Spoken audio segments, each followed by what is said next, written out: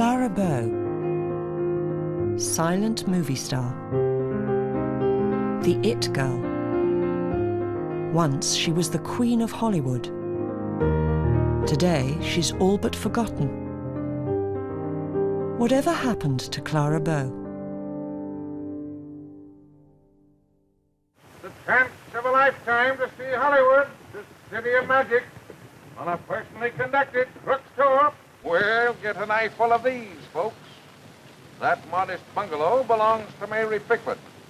And this little shack over here keeps the California sunshine and the rain from beating down upon that little redhead, Clara Bow. Clara Bow was a sensation. And if no one else recognized this, the public definitely did. Her movies were box office gold. There was no one like her, and there hasn't really been anyone like her. And I don't think people realize how popular she really was at her height.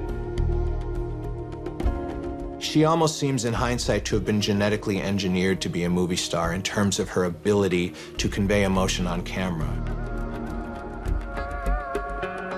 When you see her in action, she is flirting, and she learned all in a dark way to please men and to please people in Hollywood too. To say she's photogenic is an understatement. You don't want to look at anybody else in the scene. You only want to look at Clara Bow.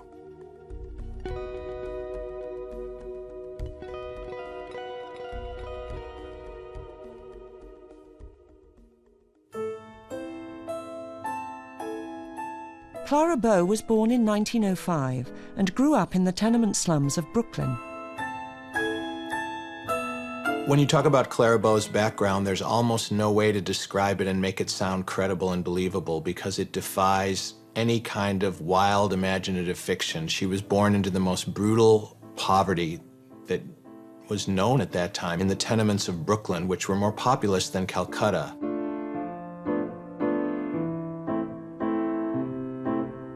She couldn't have come from a worse background, truly. Poverty, or what you might call working poor in today's language, a history of mental illness, her mother, her grandfather, her father kind of a chronic drunk with all the worst things that goes along with that. As a teenager, Clara took refuge in the newly emerging world of silent cinema. Out of the movie house darkness, stars like Pearl White, Mary Pickford, and Lillian Gish flickered into life. Clara was from the first generation that was influenced by movies. She was just the right age to have been going to the movies in her adolescence and, and falling in love with the dream state that movies created. Clara Bow longed to be a motion picture actress. She knew it was ridiculous that it was her place of escape, and she just thought there might be a chance. And she used to tell the girls at school, and they all thought she was ridiculous and a poseur. Clara's unstable mother was disturbed by the very idea of her daughter being, of all things, a lowly actress. With her father's permission, but without her mother's knowledge, the 16-year-old Clara entered a fame and fortune contest in a movie magazine. The prize included a bit part in a film.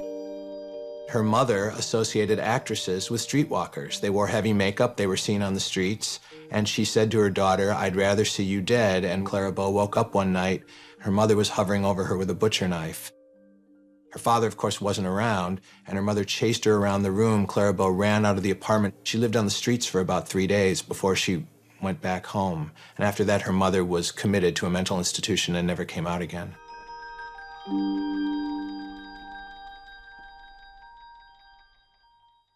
Not long after the attack, Clara found out she had won the competition. She put her troubled home life to one side and embarked on her new career: movies. The year is 1922, and this is Clara Bow's first ever screen appearance. But cinema audiences didn't get to see her because her scenes didn't make the final cut. Having told the kids at school that she was going to be in a picture and made sure they all went to see it, to her humiliation, she was a face on the cutting room floor. Can you imagine the humiliation? For her second film, a drama centered on the whaling industry, Clara began to exhibit the magnetism that would become her hallmark. The camera loved her.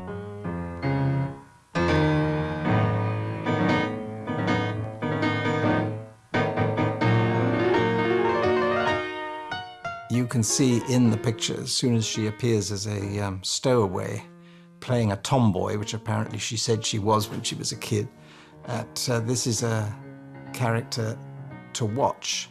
And this was perfect for her. It's what Beyond the Rainbow didn't do.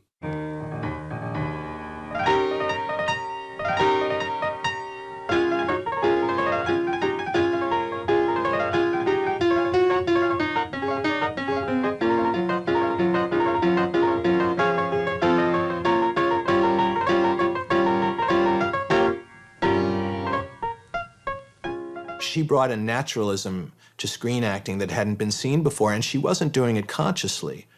She was a teenager with no training and no education. She was just doing what she knew how to do, and it was almost like a prodigy or a genius without understanding that.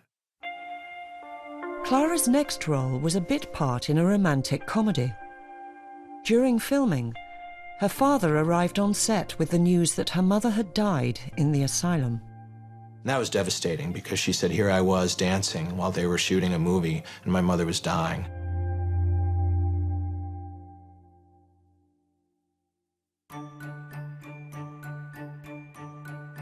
Clara soon had 4 films under her belt. She was now earning a little money and supporting her father. But she was still in New York.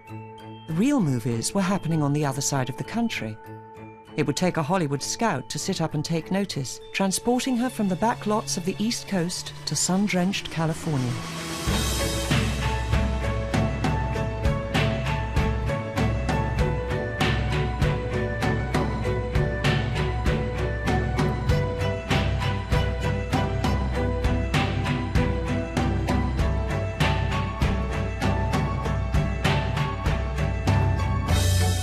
Clara's the one in the striped coat, arriving here at Preferred Pictures, the offices of her new boss, B.P. Schulberg. Before she knew it, the naive 17-year-old had signed a deal that she'd ultimately regret.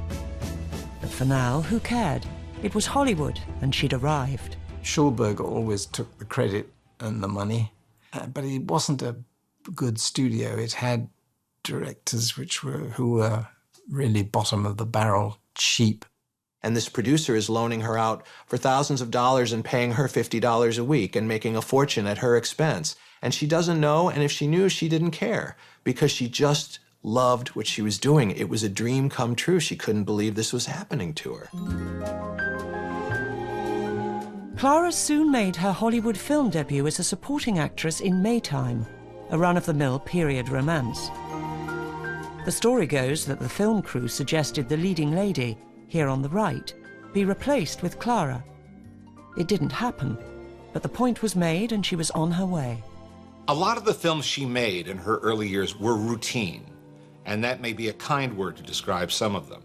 They were potboilers, as they used to call them. But even though the films weren't inspired, every time you see even an excerpt with Clara, she's just so alive. She is so alive on camera. It's as if she found herself while performing before the camera in a way that she hadn't in her real life. The former child star Diana Carey, known as Baby Peggy, remembers working alongside a teenage Clara in the 1924 film Helen's Babies. Even though it was a very simple ingenue role, she did have personality. It comes right through.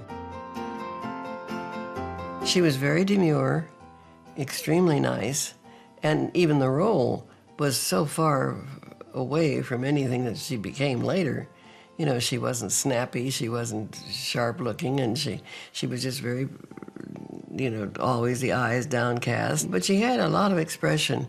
Even then, she played the girl next door. Clara was on the Hollywood treadmill, and to add to her workload, her unemployed father had decided to move to California to join her. Her father's presence was a constant pebble under her shoe. There's almost no way to talk about Clara Bow's father without being insulting, because he seems to have served no productive purpose his entire life, and certainly he was a malignant force in hers. He did nothing for her as a child, in fact, ended up doing far worse than nothing, and then he followed her to Hollywood, installed himself at her house, and lived off her money, and he was known to walk around saying, "Hello, I'm Clara Bow's father," especially to extra girls.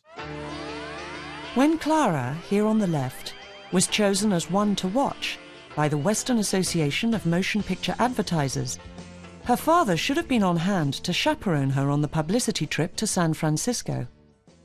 Instead, he got drunk and was banned from traveling on the train. Among the other girls and their mothers, Clara traveled alone. But the parts kept rolling in, and the cinema tickets kept selling. Clara was turning into box office gold, and her producers couldn't get the films out fast enough. In 1925 alone, she made a staggering 15 films. They worked all day and into the night, whatever it took to get the film shot and to stay on budget and on schedule. She was making 4 and 5 pictures at a time because B.P. Schulberg had got her working like a dog. You know, nobody knew these things. There were a lot of independent producers at that time in the early 20s cranking out films because you could do it on a fairly low budget. Actors were the lowest rung on the ladder. There were hotels in Hollywood when film companies first came there that said no actors are dogs. The actors, you know, weren't able to have much of another life. They were under contract, and they went from one picture to another to another. The amazing thing about Clara is that she had no formal training, she had no formal education, but she just popped. She popped off the screen. She has this spark, this fire, she has this effervescence, this enthusiasm. She seemed to thrive on this sort of a tomboy, even when she's all dressed up and looking beautiful and sexy and everything. There's always that tomboy image. She's always this feisty, she's real. You don't feel she's acting. You feel that every character that she's playing, that's the way she is. She really didn't need dialogue. She had an enormously expressive face, and she could tell you what she was thinking without speaking.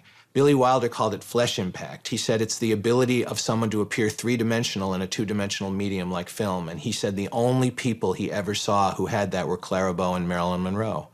They made you feel like they were real, even though you were really just only watching a shadow on the screen. She had developed all of these little skills and all of these wonderful expressions and these sidelong glances and she just sparkled on the screen, and she jumped off the screen. And of course, it was a time when personality was everything. The thing about Clara is she just exuded, not just personality, she had tremendous vitality and personality, but also a very natural sexuality. You couldn't muzzle it. She's pretty.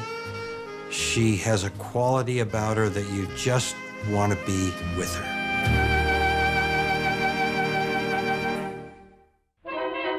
A key part of the Clara Bow look was created by legendary stylist Max Factor. Max had more to do with her reshaping her eyebrows, changing the color of her hair. That was the kind of thing that Max would have done, the whole package, the whole look for an actress. And so many actresses turned to him at that time. She was very lucky to have her costumes designed by Travis Banton. I'm not sure she realized it at the time. She was notoriously carefree about these beautiful gowns that he would make her. He would send her out onto set with a beautiful gown, and you never were sure how it was going to last by the end of the day because she treated everything like it was just her casual clothes. Clara, with a Hollywood makeover, proved to have a universal appeal. Men and women like her equally. Usually you have an actress where men are more interested in her than women or vice versa. With Clara Bow, men wanted her and women wanted to be her. So they all went to see the movies. This carefree magnetism synced perfectly with the mood of the day. Clara's persona and the flapper movement seemed made for each other.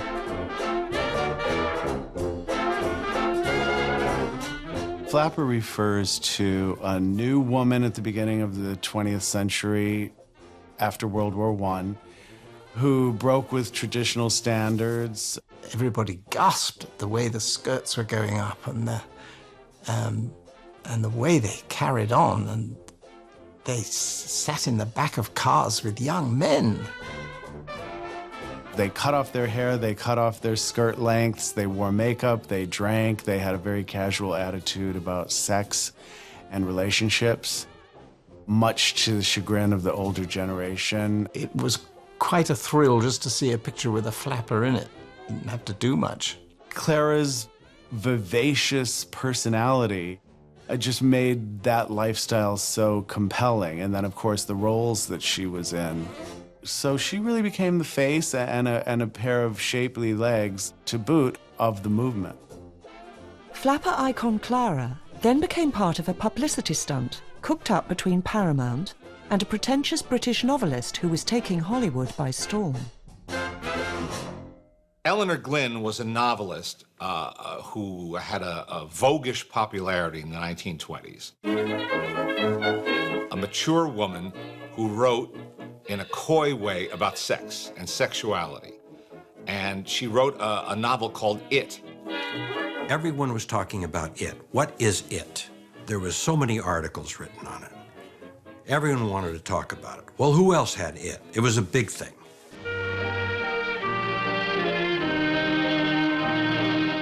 I read in the paper the other day that it is really just the same thing as sex appeal. Now, is that really true? Well, you see, if that were really the case, every good-looking woman in the entire world would have it. Whereas I suppose, if one counted, there's about 1 in every 10,000. How does one tell this it in a person? Is it the way they talk or move or... No, I should say, to give it the most exact description, it is something which emanates from the eyes. Paramount bought the rights to It for $50,000 and said, how about you say Clara Bow has it? And Eleanor Glynn said, all right, for $50,000, I'll say Clara Bow has it. But then she actually met Clara Bow and watched her work and realized she really does have something unique and special. In the film, Clara plays a vivacious shopgirl, loaded with the essential it, who pursues her handsome boss. People adored what Clara was given to say by the top title writers, who received huge sums for getting her to say them.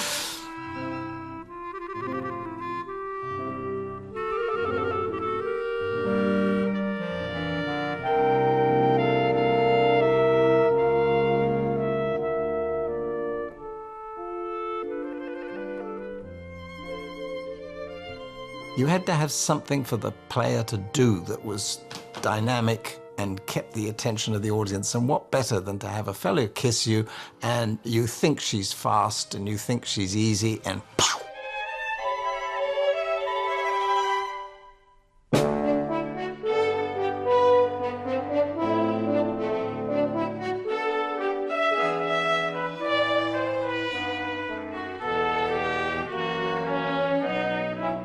And that was always the basic plot. She saw a man and she went after him. And as commonplace as that may sound today, there's no way to describe how profoundly revolutionary it was at the time that you could, as a young woman, go to the movie theater and watch a movie about another young woman who didn't wait around for a man to pursue her. Clara Bow flipped the whole ritual of courtship.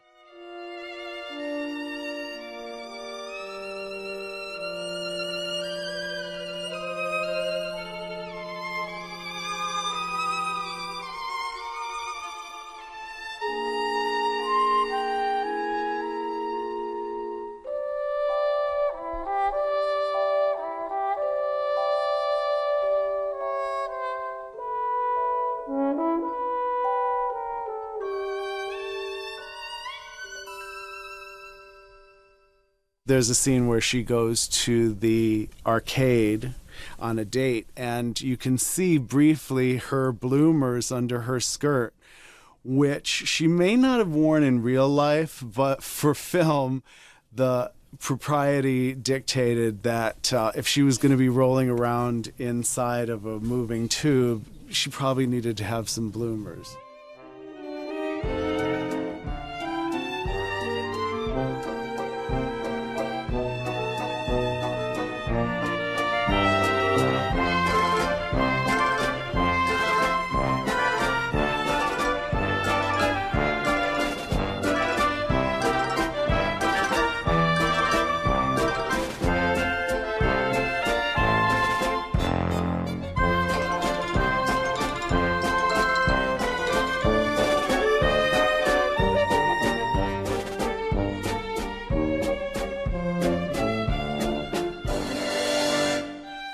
Clara's style in It was an inspiration for Peppy Miller, heroine of 2012 surprise Oscar-winning silent film The Artist.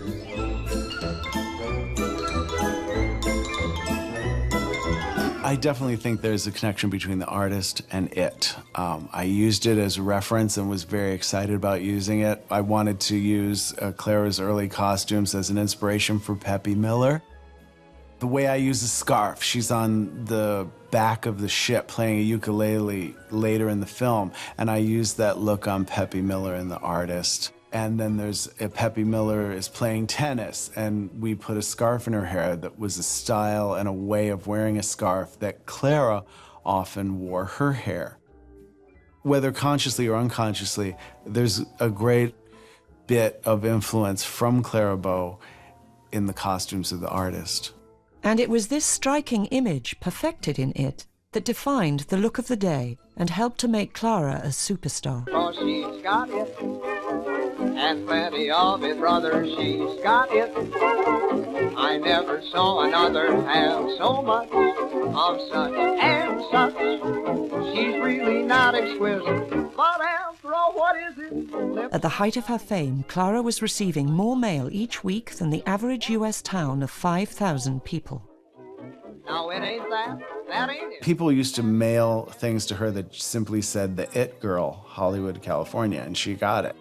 She'd gotten many, many letters from people, young girls, young as 12, saying, "You have an amazing eyes, you have amazing mouth, I love your hair." She got so much fan mail about her behavior, and I think they took cues on how to relate to the opposite sex, how to behave on a date. One woman wrote that she learned about closing her eyes when her boyfriend kissed her from watching Clara in the movies. She didn't identify with movie stars, she identified with her fans. She called them my wonderful fan friends. And to her, she was just one of them who had been elevated to be a movie star.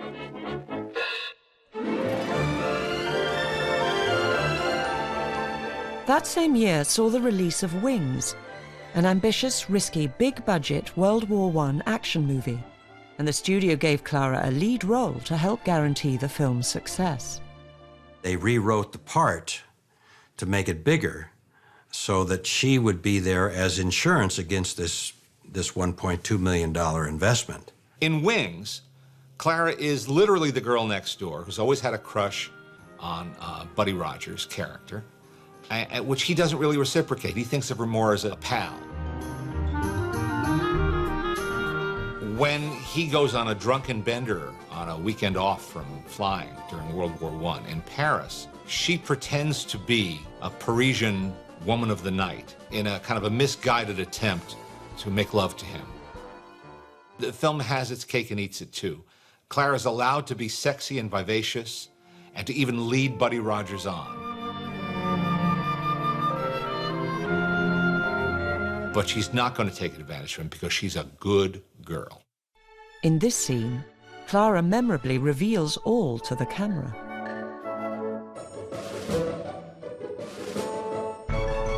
And now again, this is just skirting the edge of what was acceptable at that time in American mainstream movies. In the end, of course, the girl next door gets her man.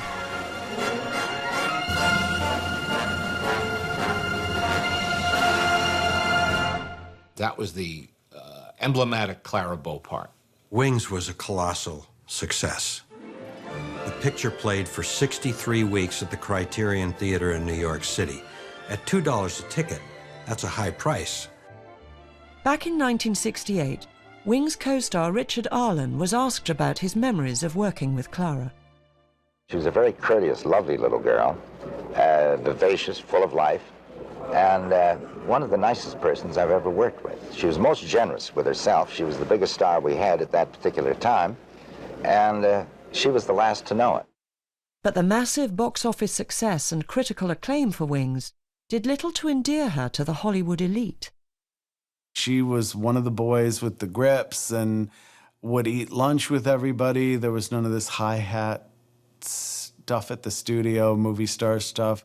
She was still going to be one of the tomboys from Brooklyn, and that endeared her to everybody she worked with, except sort of people who wanted to put their humble origins behind them and project this image of something else. And I think that's what got her in Dutch with a lot of the Hollywood community.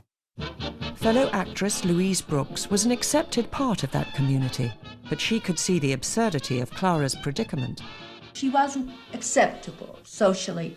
Eddie Sutherland my husband gave absolutely the best parties in Hollywood. So I asked him one day to invite Clara Bow, and he said, "Oh, heavens, no, we can't have her. We don't know what she do. She's from Brooklyn."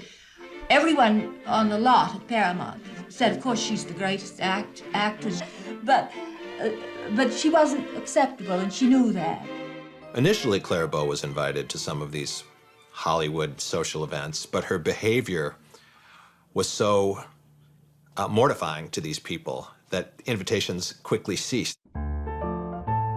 One of the funniest stories is that she was invited to dinner by a director and his family at the Beverly Hills Hotel, and she showed up in a bathing suit and high heels. And not only had she disregarded the idea of dressing for dinner, but she'd also the dress code of the Beverly Hills Hotel, and she could not understand why anybody should care what she wears. It was no accident that Clara's film characters shared this disdain for rules. In Rough House Rosie, a girl from the wrong side of the tracks tries to gatecrash high society. But the crash for Clara came when her punishing schedule resulted in a breakdown during filming. For years, she had ignored her chronic insomnia, worked all day and famously partied at night. The cracks began to show. Paramount realized that their valuable star needed a rest and gave her a 3-month holiday. This may have been a break from her crushing workload, but she still maintained an intense personal life. Clara Bow's love life was the fodder of a lot of speculation and heavy press coverage, and she encouraged it in the sense that she was very open and direct and honest about what she was doing. She would call her boyfriends her engagements, which at the time was a euphemism which everyone understood tacitly that we're sleeping with each other. Gary Cooper was one of several very public engagements in the same year. Her relationships didn't last very long, but they were very intense. And they must have been, she was one of the most famous people in the world. So you can imagine how the queue must have been round the block. Clara had fallen for future matinee idol Gilbert Rowland when they appeared together in The Plastic Age. I did know him, and he had that terrific sense of protection. He was very, very powerful and huge and quiet and, you know, a Mexican. Victor Fleming was another close relationship, which started when he directed Clara as flirtatious minx Alverna in the acclaimed 1926 film Man Trap.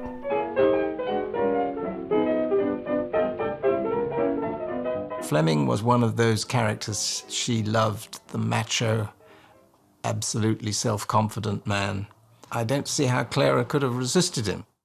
He went on to direct The Wizard of Oz and Gone with the Wind in the same year, and he said Clara Bow was the most natural talent he ever worked with. So these were people that she respected, but if she liked you, she wasn't going to be shy about it.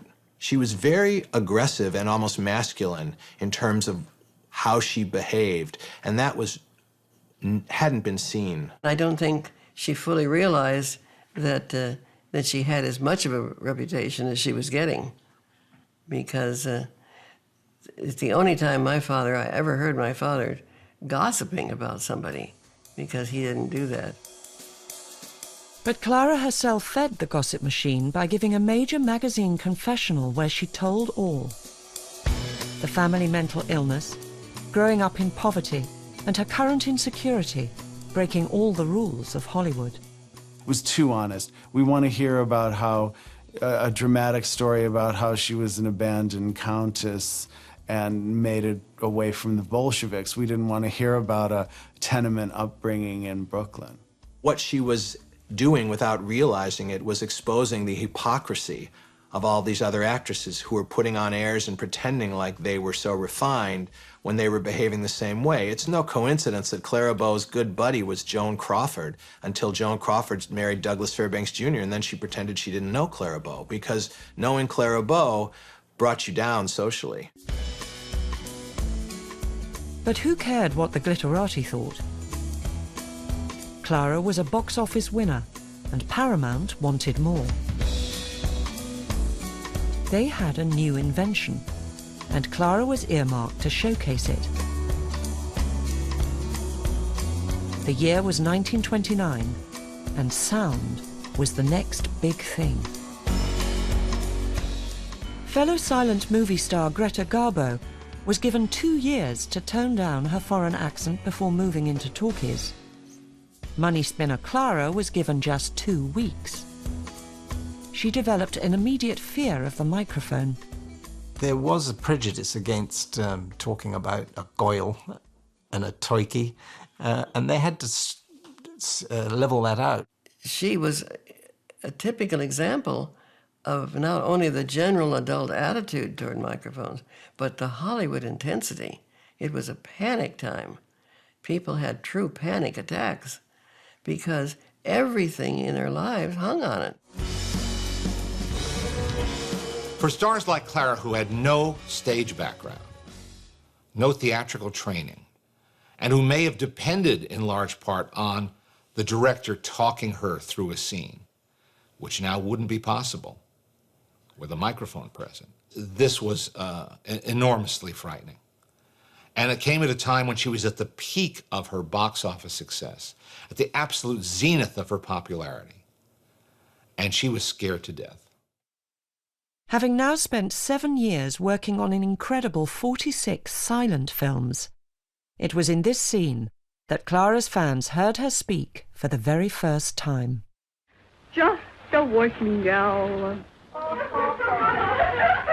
Say, if you want exercise, try your muscles on this.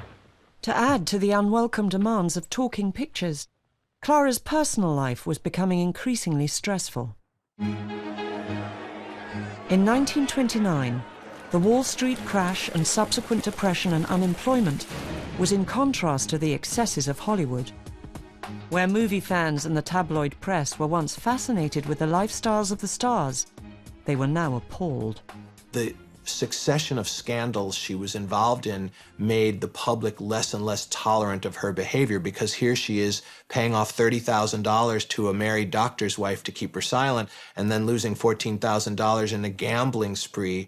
And even though both of those stories were slanted in her disfavor, and she was a lot more innocent than she appeared to be, the public disapproval about them was enormous, because it felt like Are you completely insensitive to what's going on in the world right now? But there was some calm in the turmoil. After the many boyfriends and fiancés, Clara met someone on set who was to play a big part in her future. Goodbye, baby. I know it's going to be tough on you, but I got to shove off now. Goodbye, Eddie. Clara Bow, who had so much misfortune in her life from her earliest years on, finally got lucky when she met Rex Bell, because they obviously loved each other, but more than that, he wanted to protect her and look after her. And she no longer felt that the only time she had value was when she was in front of a camera. She was still a very young girl, and her youth was probably extended because she had no way to mature mentally, intellectually. She didn't have a therapist. She didn't have anyone to help explain to her what was happening to her. And thank God she had Rex Bell, you know, because he took care of her. And at least Rex was now on the scene to support Clara when she was hit by yet another scandal. This time, a devastating fraud case involving her best friend and assistant, Daisy DeVoe. And that's when the public really turned against her, because Daisy, under oath, told all of these lies about Clara Bow's, what that newspapers called her wild spending orgies, and then all of these men. And suddenly everything that she had been celebrated for in the 1920s, now in the early 1930s, she was being condemned for because it didn't seem so funny or amusing anymore. In 1931, a tabloid news sheet crossed the line. Salacious, vicious, and above all fabricated, the story would leave a permanent stain on Bow's reputation. The Coast Reporter printed 4 issues that accused her, among other things, of bestiality, drug addiction, incest, lesbianism, gambling orgies, sexual orgies. The man was convicted in a federal court and sent to prison, but the damage was done. She had to read this, and when she read it, she threw up. And then she had another nervous breakdown, and that was when she had to leave Hollywood. She was only 25 years old.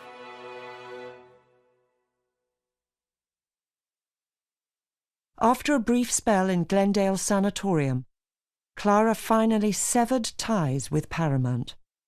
At that point in her life, Rex Bell was an answered prayer, because he was sincere and loving and kind and strong, and he was a cowboy. He didn't particularly care about the movie business. In fact, he didn't like it. He wanted to get out and be a rancher. He could move her somewhere else. He could take care of her. He could protect her. So he seemed to be the answer and the exact man she was looking for after all these men who had failed her or not lived up to her expectations or hadn't been strong enough for her. He seemed like Mr. Right. Together, they pursued their dream of ranch life and bought land near to what was then the small town of Las Vegas. This ranch was actually 400,000 acres, and they ran about 1,800 head of cattle during that time.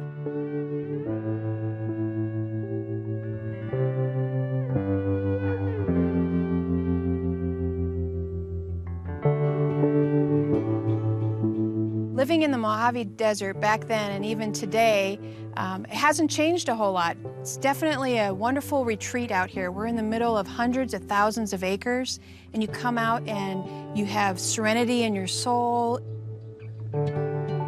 Something that I think Rex and Clara were really looking for was that kind of sense of getting away and the retreat, and I feel like that every time I come out here.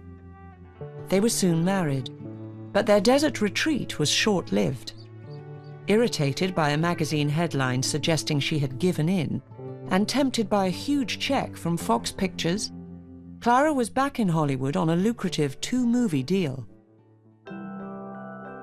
Call Her Savage, based on a lurid bestseller, did excellent business and got Clara glowing reviews for her acting. She overcame all her awkwardness and all her fear of that microphone and delivered the goods, just as she had in so many silent films.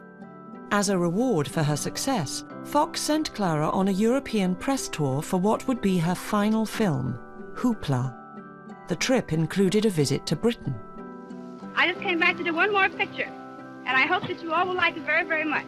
I would like to be known as a serious actress and not as a it girl. And now here's the big surprise. I want you to meet the most gorgeous man in the world, Mr. Rex Bell, my husband. Hooray! Say hello, darling. Hello, everybody. I wish you all a Merry Christmas and a Happy New Year, no food.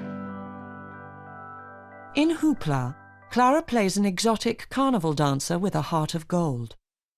Come on, Clara.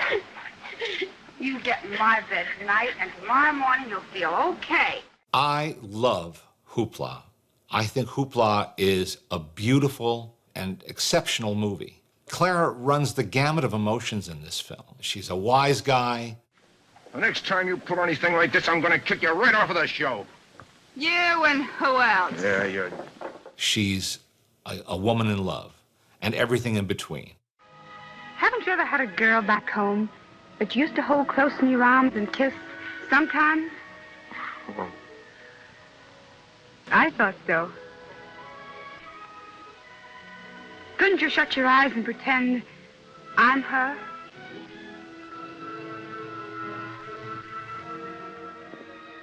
And that's her last appearance on screen. And you watch that and you say, oh, really? No one else was able to find a decent film and persuade her to come back before the cameras? But there would be no more movies. And this was her final scene in her final film. Clara Bow was 28 years old. She hated making it, but she's great in it. And you can see the beginning of a real serious, dramatic, talking actress. But the love had left, and she was done, and she walked away. She walked away back to the ranch in Nevada, this time for good.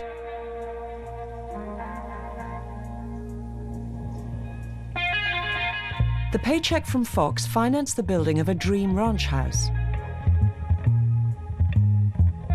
After a decade of non-stop hard work and 57 movies, Clara was trying to settle down.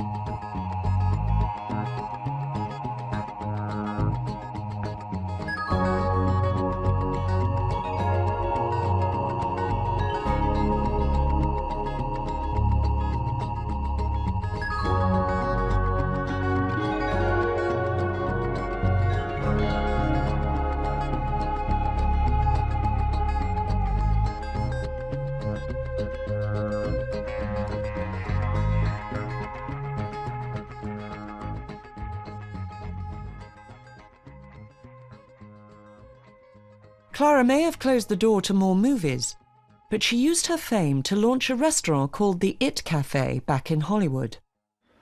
Although we live on a cattle ranch in Nevada, we do have a soft spot in our hearts for our friends in Hollywood and Hollywood. We have considerable time to spend here, and we had to have some place to spend it and also a place to receive our friends. Very good. And may I add that if I had more time, I'd tell you about my pet fox, pet hawks, lambs, cattle, 25 dogs, and etc. But I haven't the time, so please excuse. While the It Cafe provided a kind of therapy, chaos was never far away. Much to Clara's dismay, Rex had begun to get interested in politics. She saw her life as a politician's wife looming, and it pushed her over the edge. In 1943, Clara took an overdose, leaving a suicide note saying she preferred death to public life. I think she saw her move to the desert and the ability to now become a wife and a mother and live out of Hollywood as the answer. And in fact, it turned out to be her undoing, sort of the paradox of her life. When she was in crisis, she could function. When she had domestic bliss is when she started to fall apart. She needed to be doing something. It's really a feminist parable in a way, because this is a story of someone who needed a career. It's what she needed to do. It's how she was able to survive. And when you took her career away from her, she didn't know who she was anymore. She had no identity. For over 15 years, Clara had made no public appearances. Then in 1947, she appeared in a charity competition on the hugely popular radio show Truth or Consequences as the mystery voice, codename Mrs. Hush. We know that for many years you've wanted nothing more than the privacy of your home and family. You voluntarily quit films at the pinnacle of your career because you wanted a normal home life. With your husband, Rex Bell, and your two wonderful sons, George and Tony, you were very happy, and even the hundreds of fan letters that still pour into your home weekly could not sway you from this privacy. And we know for a fact that you are constantly turning down fabulous film contracts. Miss Clara Bow, or as she's... has been so happily known for a good many years, Mrs. Rex Bell. I want to thank the people who really made this contest the great contribution it was for the March of Dimes, and that is you other listeners who entered the contest and contributed your dimes, dollars, or just anything. All of our thanks to you. But the public and private face were at odds. Clara was putting on a good show, while in reality she was, as ever, plagued by insomnia. In addition, she now complained of aches, pains, and headaches, and was displaying increasingly erratic behavior. A year later, she checked into a prestigious psychiatric hospital, the Institute of Living in Connecticut. A former psychiatric aide remembers meeting a subdued Clara in 1949. When I first met Clara, she was pleasant, sort of aloof, but still pleasant to me. She didn't talk very much with the other guests. I guess she didn't want to be disturbed. I think she wanted to be by herself. I think she was probably sad. Nobody's really happy to be institutionalized, I guess, but she seemed a little sad. The one thing I noticed, she looked very old for her age. I think she was in her 40s, I guess, when she got there, and she looked 65. Clara Bow's treatment for her own mental health problems was really ahead of the curve.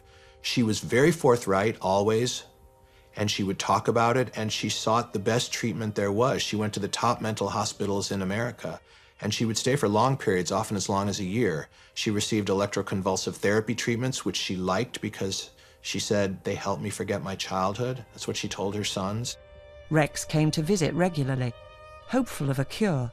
That support from him must have meant a lot to her, too, because here's someone who's your spouse who's being understanding both privately and publicly. She seemed very happy, and he seemed very happy to see her, too, because I think he felt that she was getting better. And eventually, I guess she did improve enough to leave the Institute. In her 10-month stay, Clara was diagnosed as suffering from schizophrenia. The intense psychotherapy sessions had also revealed some shocking facts. Memories came flooding back to her that for the first time she seems to have shared with her doctors, one of which was the fact that not only her mother tried to kill her, which she talked about before, but the fact that her mother had been a part-time prostitute when it was necessary. And the other revelation, which was more difficult even, was that her father, after her mother had been committed to a mental institution and she was still a teenager, her father had raped her. That was more difficult because her father was still alive at the time. Despite this, Clara continued to support her father financially until his death in 1959.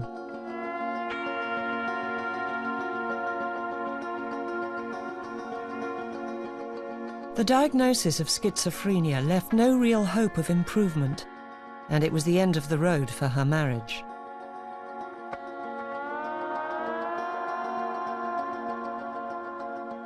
A return to family life in Nevada was no longer possible for her. And in 1950, Clara moved back to LA, to a suburb only a few miles south of Hollywood, but to a very different world.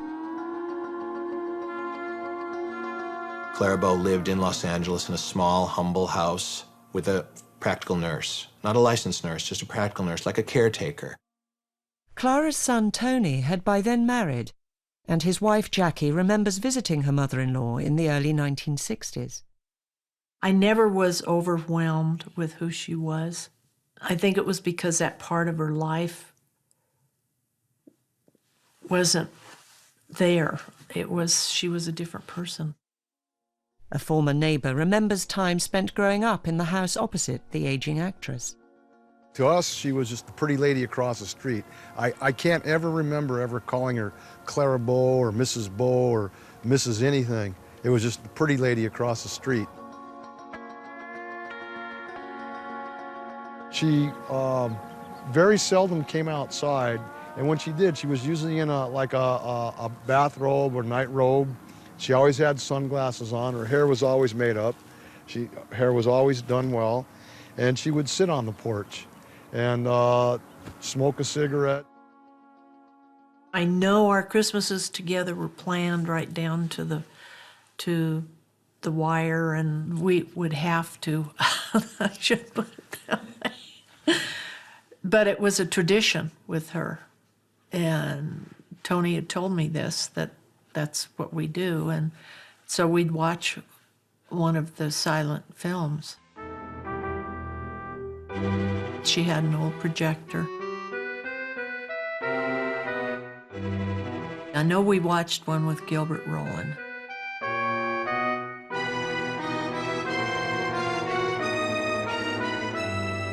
In the very, very back here, she has a room, and it was kind of the collect-all room where the photo albums and knickknacks and stuff were.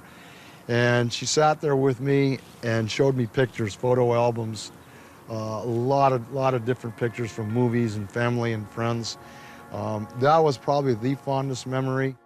She read constantly. She was well-read, and it was a joy to talk to her. Although hidden away and protected from the stresses of life, Clara still had one problem that had never gone away. Clara had insomnia. She never exhibited any mood changes or, she was never seemed out of sorts to me ever. I assumed and never questioned it either that she got a shot every night, but I never questioned anything about that. Clara had remained amicably apart from her husband Rex. His sudden death from a heart attack in 1962 saw Clara make a very rare appearance in public.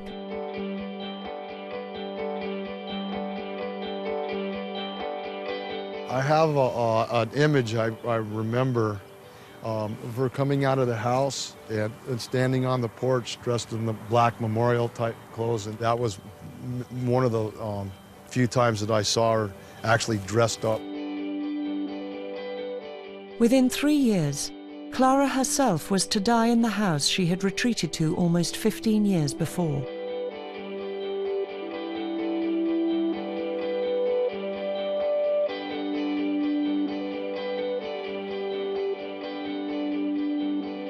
In the days before the funeral, fans queued at the chapel to pay their respects. She micromanaged her own funeral at home. She made a long list for her sons of what she wanted to be dressed in, the color of the casket, the color of the lining of the casket, what makeup she wanted. It's all specified in writing for them. So it was almost like the actress till the end. I remember the ride to Forest Lawn and people that were alongside the road up to Forest Lawn and the people outside the chapel.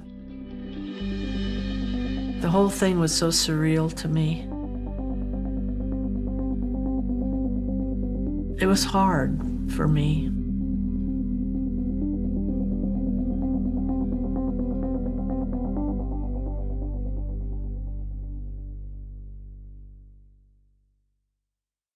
When Clara Bow passed away, as a memorial tribute for her, to all the neighborhood people, the close ones that had some kind of association with her, I believe it was her oldest son, set up a projector and screened one of her movies. And I believe it was the It Girl. And I remember sitting on the floor with the other couple of the neighborhood kids, my mom and dad, and a few of the other mom and dads in the living room, and watching the movie. And that was the last recollection that I had. That was her son thanked everybody, and you know, end of the chapter, you know. Clara's seclusion, her early death, and the lack of recognition for silent film created a void. I think the fact that Clara Bow's career ended so early and then she vanished from the spotlight so completely had a lot to do with her disappearing from the public consciousness. And so many of her films vanished too. That was a kind of a 1-2 punch. By the time she died, Clara was so forgotten that she was even overlooked by film historians. Kevin Brownlow failed to mention her in his 1960s appraisal of silent cinema, The Parade's Gone By, much to the displeasure of Clara's contemporary Louise Brooks, who fired off a series of outraged letters.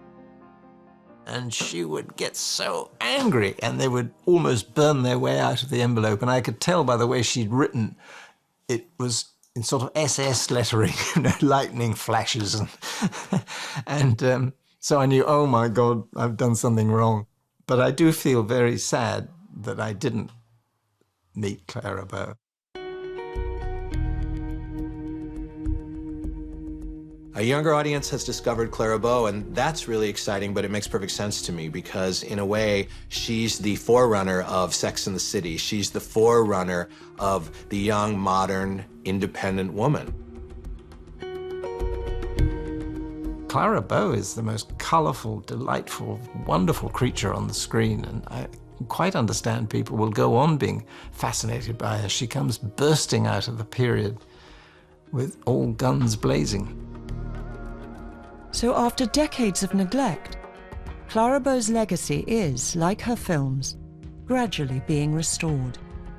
Now, out of the 57 films she made, we have over 30, including all her sound films. They've all been preserved. And even now, new clips turn up out of nowhere. In the past year, the long-lost color footage from the movie Red Hair made it the height of her career. The only footage of Clara Bow in color, with her famous signature red hair, has turned up. So it never ends.